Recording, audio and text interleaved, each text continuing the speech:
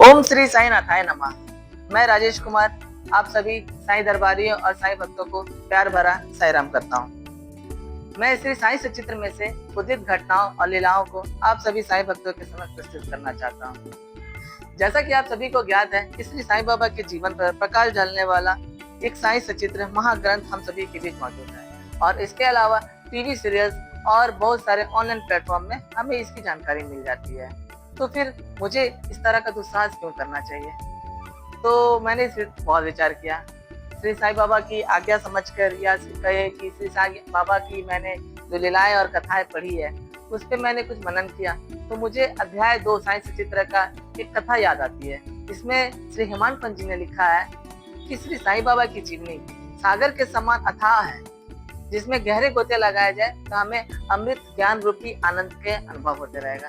और बस यही दुस्साहस करने का मैंने प्रयत्न कर लिया और श्री साईं बाबा के जीवन से जुड़ी कथाएं और लीलाएं आप सभी के सामने प्रस्तुत करने का मैंने कोशिश कर रहा हूँ। इसलिए आप सभी को एक बार फिर से मैं सादर प्रणाम करता हूँ और मैं श्री साईं सचित्र की कुछ कथाओं को आप सभी के सामने प्रस्तुत करता हूँ। श्री साईं सचित्र श्री गोविंदराव रघुनाथ दामोलकर अर्थात हेमांत पंत के द्वारा रचित श्री साईं बाबा के जीवन काल में घटित घटनाओं पर आधारित साईं सचित्र नाम की एक महाग्रंथ है।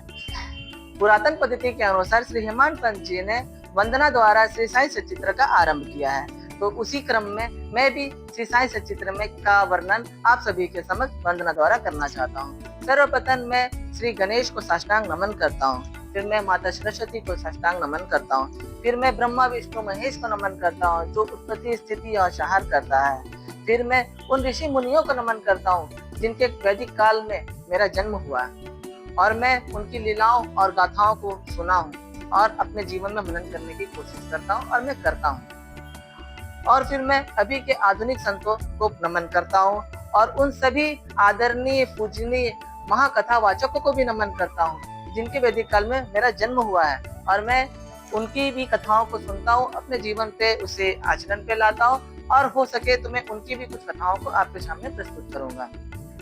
उसके बाद मैं अपने माता पिता को नमन करता हूँ, फिर मैं उन श्रोताओं को नमन करता हूँ और उन पाठकों को नमन करता हूँ जिन्होंने साईं सचित्र को पढ़ा और जाना है, और फिर मैं अंततः श्री साईं बाबा को नमन करता हूँ और मैं आज्ञा चाहता हूँ कि आप इस कार्य को यशस्वी बनाएं और मुझे भी कुछ अपनी कृपा के पात्र बनाएं। ओम साई राम। अब मैं इस तरह वंदना द्वारा अपनी ये कथा को विराम देता हूँ। श्री साईं बाबा के जीवन से जुड़ी लीलाओं को आप सभी के सामने प्रस्तुत करता हूँ। मिलते हैं हम अपने नेक्स्ट वीडियो में। मुझसे जो गलती हो गई है उसके लिए मुझे क्षमा करें। श्री साईं बाबा, मैं आपको साष्टांग नमस्कार करता हूँ। अगर मुझसे कुछ त्रुटि हो गई है तो मुझे क्षमा करें, अपना बच्चा समझ के पापा मुझे माफ करें। अगले वीडियो में मैं आपको बताऊंगा कि गेहूं पिसने वाला एक अद्भुत संत जिसे साईं बाबा के नाम से जाना गया वह कैसे थे और उन्होंने क्या क्या किया। साई राम।